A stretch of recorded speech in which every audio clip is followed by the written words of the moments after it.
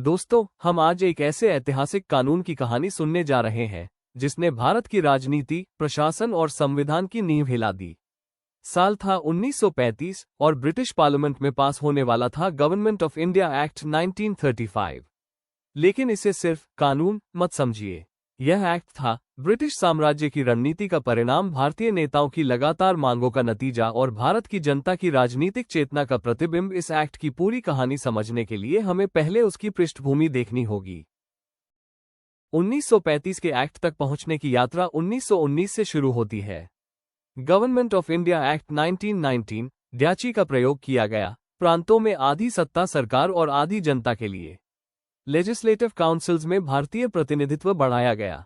British का उद्देश्य था धीरे धीरे इंडियन सेल्फ गवर्नमेंट देना, लेकिन पूरा नियंत्रण रखना।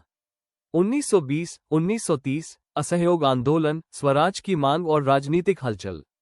साइमन कमीशन 1927 ने भारत का अध्ययन किया, लेकिन कोई भारतीय सदस्य नहीं था। कांग्रेस और जनता में भारी विरोध हुआ। Simon go back. इन घटनाओं ने स्पष्ट कर दिया कि भारत के लिए एक व्यापक और स्थायी एक्ट की जरूरत है। 1928 में नेहरू रिपोर्ट प्रस्तुत हुई। डोमिनियन स्टेटस की मांग, फंडामेंटल राइट्स और फेडरल स्ट्रक्चर, माइनॉरिटीज की सुरक्षा का सुझाव, लेकिन मुस्लिम लीग और जिन्ना इसे स्वीकार नहीं कर सके। उन्होंने अपने 14 पॉइंट्स रखे, सेपरेट इलेक्टोरेट्स और सुरक्षा की मांग की। इससे ये स्पष्ट हो गया कि संविधान पर केवल कांग्रेस की सहमति पर्याप्त नहीं है। 1930-32 में 3 राउंड टेबल कॉन्फ्रेंसेस हुई। 1. पहला सम्मेलन, कांग्रेस अनुपस्थित। 2. दूसरा सम्मेलन, गांधीजी उपस्थित, लेकिन सांप्रदायिक मुद्दों पर सहमति नहीं। 3. तीसरा सम्मेलन, कांग्रेस फिर अनुपस्थित। ब्रिटिश ने महसूस किया कि अलग अलग समुदायों और नेताओं को शामिल किए बिना संविधान तैयार नहीं किया जा सकता। व्हाइट पेपर 1933 प्रस्तुत हुआ। फेडरल सिस्टम का प्रस्ताव, प्रोविंशियल ऑटोनॉमी की रूपरेखा, माइनॉरिटीज के लिए सुरक्षा। 1933 में जॉइंट कमेटी का गठन हुआ। 16 महीने की लगातार बैठकें, सभी प्रमुख नेताओं और समुदायों का प्रतिनिधित्व, federal system, dyarchy, communal electorates, finance और जुडिशरी पर गहन चर्चा। ब्रिटिश सरकार ने इसे एक्ट के फाइनल शेप के लिए आधार माना। गवर्नमेंट ऑफ इंडिया एक्ट 1935 का मुख्य उद्देश्य था: 1.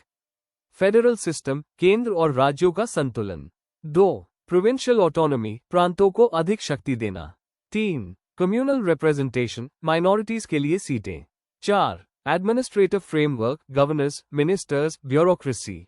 5. Judicial and financial safeguards, courts और रेवेन्यू कंट्रोल। मुख्य लक्ष्य था कंट्रोल सेल्फ गवर्नमेंट देना, जो ब्रिटिश हितों को सुरक्षित रखे। सेक्शंस 321 जोड़। Schedules 10 pages. हजारों। कांग्रेस ने कहा, इतना बड़ा कानून जनता के लिए समझना नामुमकिन है। जिन्ना ने कहा, माइनॉरिटीज की सुरक्षा पर्याप्त नहीं। इस एक्ट में शामिल थे centre state relations, governor powers, federal legislature, dyarchy abolished at provincial level, reserve powers for British. 1935 का एक्ट भारत के लिए नई राजनीतिक राह लेकर आया, लेकिन जनता, कांग्रेस और मुस्लिम लीग की प्रतिक्रिया अलग अलग थी। यह एक्ट न केवल कानून था, बल्कि संघीय संरचना, प्रशासन और लोकतांत्रिक अनुभव का आधार बन गया। इस एक्ट की कार्यान्वयन कहानी, जिसमें legislature, executive, judiciary, provincial autonomy और फाइनेंस शामिल है, अगले पार्ट में शुरू होगी।